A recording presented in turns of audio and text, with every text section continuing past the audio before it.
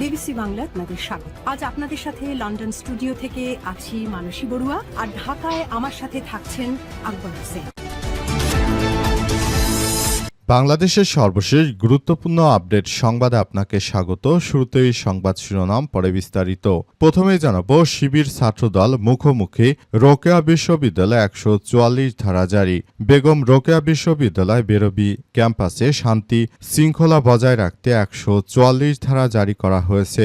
বিশ্ববিদ্যালয়ের proctor professor ড মোহাম্মদ ফেরদৌস রহমান বলেছেন যে ছাত্রদল ও ছাত্র শিবিরের একই সময় বিক্ষোভ ও সমাবেশ কর্মসূচি দেওয়ায় আমরা বিশ্ববিদ্যালয় পরিবেশকে শান্ত ও স্থিতিশীল রাখার জন্য 144 ধারা সিদ্ধান্ত নিয়েছি।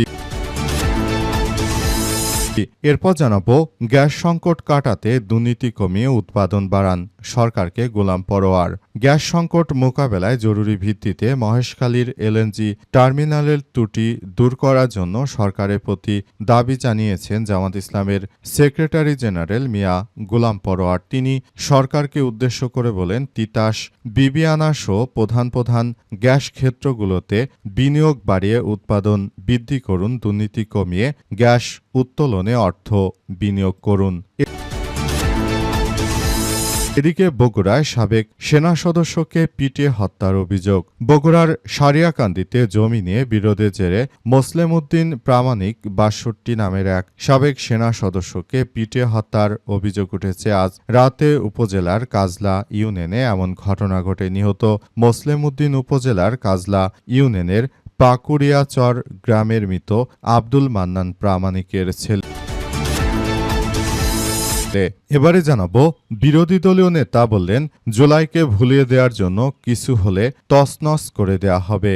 জাতীয় সংসদের বিরোধী দলীয় নেতা ও জামাত ইসলামের আমির ডাক্তার শফিকুর রহমান জানিয়েছেন যে জুলাইকে ভুলিয়ে দেওয়ার মতো কিছু হলে দেশবাসীকে সঙ্গে নিয়ে তা তছনছ করে দেয়া হবে। জীবন তো একটাই, সেই জীবন জাতির জন্য উৎসর্গ হোক। এই ইস্যুতে বৃদ্ধ আর যুবক আমরা সবাই এক হয়ে যাব।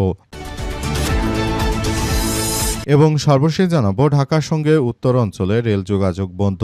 সিরাজগঞ্জে সিল্ক সিটি এক্সপ্রেস লাইনচ্যুত।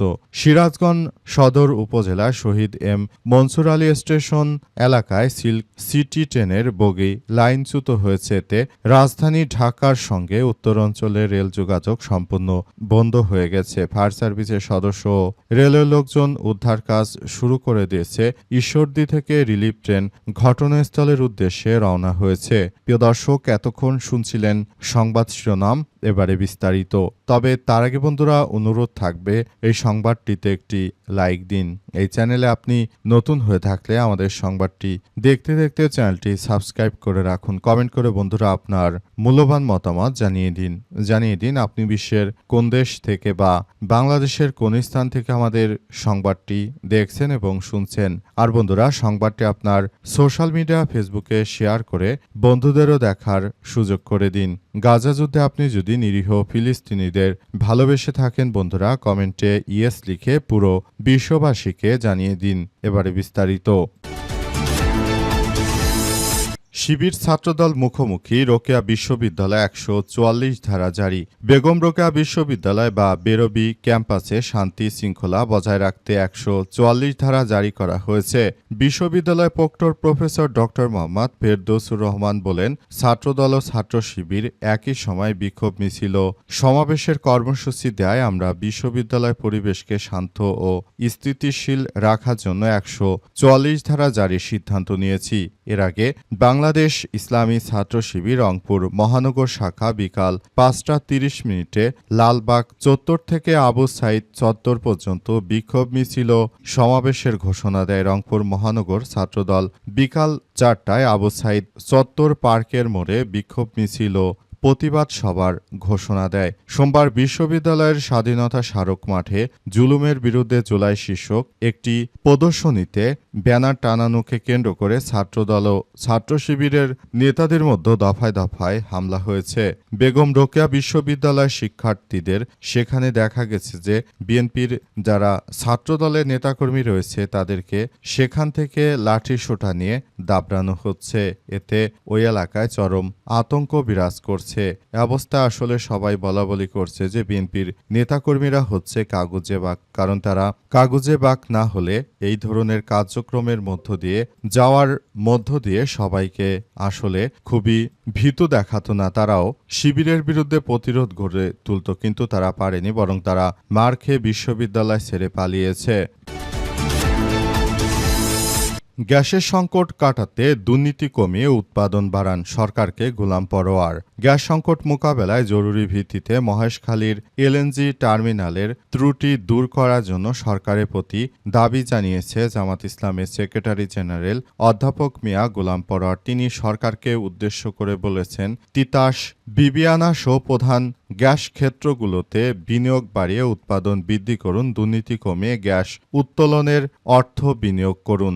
আজ রাতে রাজধানীর মগবাজারে জামাতের কেন্দ্রীয় কার্যালয়ে আয়োজিত প্রেস ব্রিফিংয়ে তিনি এমন কথা বলেন। গোলাম পরোয়ার বলেন যে আমরা জুলাই গণ অভ্যুত্থানের পর ক্ষমতাসীনদের কাছে আশা করেছিলাম কোটি কোটি মানুষের এই রক্তঝরা গণ অভ্যুত্থানে সুফল মানুষ পাবে, কিন্তু সরকারের 5 মাস অতিবাহিত হলেও চারদিক থেকে মানুষের ক্ষোভ, বঞ্চনা এবং দুর্ভোগ এত পরিমাণ বৃদ্ধি পেয়েছে যে সরকারের দায়িত্বশীলরা এখন বিভিন্ন জায়গায় প্রশ্নের মুখোমুখি হয়েছেন এবং মানুষ ভুয়া ভুয়া শব্দ উচ্চারণ করে বেড়াচ্ছে। তিনি আরও জানান যে আজ জনদুর্ভোগের পাশাপাশি লুটপাট, চাঁদাবাজি, রাহাজানি, খুন এবং ক্ষমতাসীন দলের প্রতিটি স্তরে আগে ফ্যাসিবাদী যুগের মতো দুর্নীতি এবং দলীয়করণ একটা সিন্ডিকেট যেন জাতির ঘাড়ে চেপে বসেছে। তিনি আরও বলেন, দেশে বর্তমানে দৈনিক 380 কোটি ঘনফুট গ্যাসের চাহিদার বিপরীতে সরকার সরবরাহ করছে মাত্র 215 কোটি ঘনফুটের কম। ফলে প্রতিদিন 165 কোটি ঘনফুট গ্যাসের ঘাটতি তৈরি হয়েছে। মা বোনেরা চুলা জ্বালাতে পারছে না, অনেকে রাজপথে হাঁড়ি কড়াই নিয়ে মিছিল করছে। গোলাম পরোয়ার বলেন যে মহেশখালী এলএনজি টার্মিনালে যান্ত্রিক ত্রুটি দেখা দিয়েছে। আমদানিকৃত গ্যাসের উপর অতিরিক্ত নির্ভরতার কারণে এই সংকট ঘনীভূত হচ্ছে। নতুন তেল গ্যাস অনুসন্ধান বা উৎপাদনে সরকারের কোনো বিনিয়োগ বা পরিকল্পনা আমরা দেখতে পাচ্ছি না বলে জানানো হয়েছে।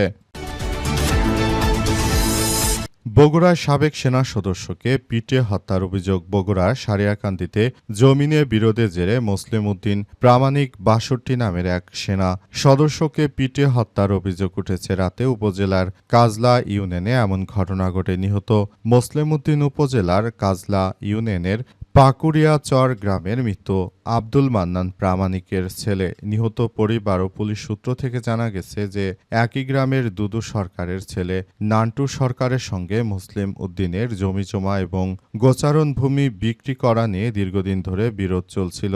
রাত ৮টার দিকে পাকুড়িয়া বাজার থেকে চা খেয়ে বাড়ি ফিরছিলেন তিনি। পথে নান্টু সরকারের নেতৃত্বে কয়েকজন তার পথ রোধ করে দেশীয় অস্ত্র দিয়ে হামলা চালায়। হামলায় লোহা রডের আঘাতে তিনি গুরুতর আহত হন। এ সময় স্থানীয়রা তাকে উদ্ধার করে প্রথমে সারিয়াকান্দি উপজেলা স্বাস্থ্য কমপ্লেক্সে নিয়ে যায়। অবস্থার অবনতি হলে তাকে বগুড়া শহীদ জিয়াউর রহমান মেডিকেল কলেজ হাসপাতালে ভর্তি করা হয়। সেখানে চিকিৎসাধীন অবস্থায় আজ ৮টার দিকে তিনি মারা যান। নিহতের ভাই বিষয়টি নিশ্চিত করেছেন। তিনি বলেন যে আমার ভাই কাজলা ইউনিয়ন পরিষদের সদস্য শাহজান আলী জানান যে তার ভাই মুসলিম খুব শান্ত স্বভাবের মানুষ এবং তিনি কারোর সঙ্গে মারামারি বা কোনো ধরনের সমস্যার সৃষ্টি হয় এমন কোনো কাজের দিকে তিনি কখনোই যেতেন না। আসলে এ কারণে আর এই ধরনের ঘটনাগুলো যে ঘটছে সেটা আসলে সবার জন্য এক ভয়াবহ বিপর্যয়কর পরিস্থিতির সৃষ্টি করেছে। তাই এই বিষয়গুলো নিয়ে সবাইকে আরও বেশি সজাগ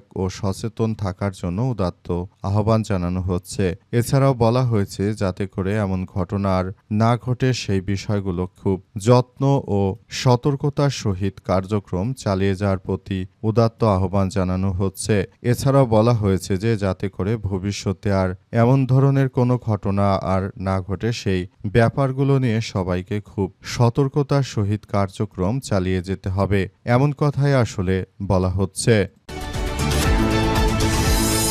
জুলাইকে ভুলিয়ে দেওয়ার মতো কিছু হলে তছনছ করে দেব বললেন জামাতের আমির। বাংলাদেশ জামাত ইসলামের আমির ডাক্তার শফিকুর রহমান জানিয়েছেন যে জুলাইকে ভুলিয়ে দেওয়ার মতো বিভিন্ন চক্রান্ত করছে বিএনপি, কিন্তু তাদের এসব চক্রান্ত করে কোনো লাভ হবে না। দেশের জনগণ জুলাই বিপ্লবকে তারা খুবই গুরুত্ব সহকারে দেখে এবং জুলাই বিপ্লব নিয়ে কারো কোনো ধরনের তামাশা মেনে নেওয়া হবে না বলে উল্লেখ করেছেন তিনি। জামাতের আমির জানান যে দেশটাকে তারা একদম ছারখার করে দিচ্ছে, দেশের প্রতিটি সেক্টর ধ্বংসস্তূপে পরিণত করছে বিএনপি। তারা ক্ষমতা আসার পরই দেশজুড়ে এই অনাকাঙ্ক্ষিত ঘটনাগুলো ঘটাচ্ছে, যে অনাকাঙ্ক্ষিত ঘটনাগুলো আমাদের সবার জন্য এক ভয়াবহ বিপর্যয়কর পরিস্থিতি সৃষ্টি করছে। এখান থেকে সবাইকে বেরিয়ে এসে তারপর ভবিষ্যতের একটি সমৃদ্ধির রাষ্ট্র কাঠামোর দিকে এগিয়ে যেতে হবে। যদি জুলাই বিপ্লব নিয়ে কোনো ধরনের তামাশা করা হয় সেটি আমরা কখনোই মেনে নেব না বলে জানিয়েছেন বাংলাদেশ জামাত ইসলামের নেতা। তিনি আরও জানিয়েছেন যে দেশটাকে সুন্দরভাবে গড়ে তোলার মধ্য দিয়ে সবাইকে এগিয়ে যেতে হবে। পুরো বাংলাদেশটাকে আমরা সুষ্ঠু ও সমৃদ্ধির একটি রাষ্ট্র কাঠামোর দিকে এগিয়ে নিতে চাই। তাই সবাইকে আরও বেশি সতর্কতার সহিত কার্যক্রম চালিয়ে যেতে হবে।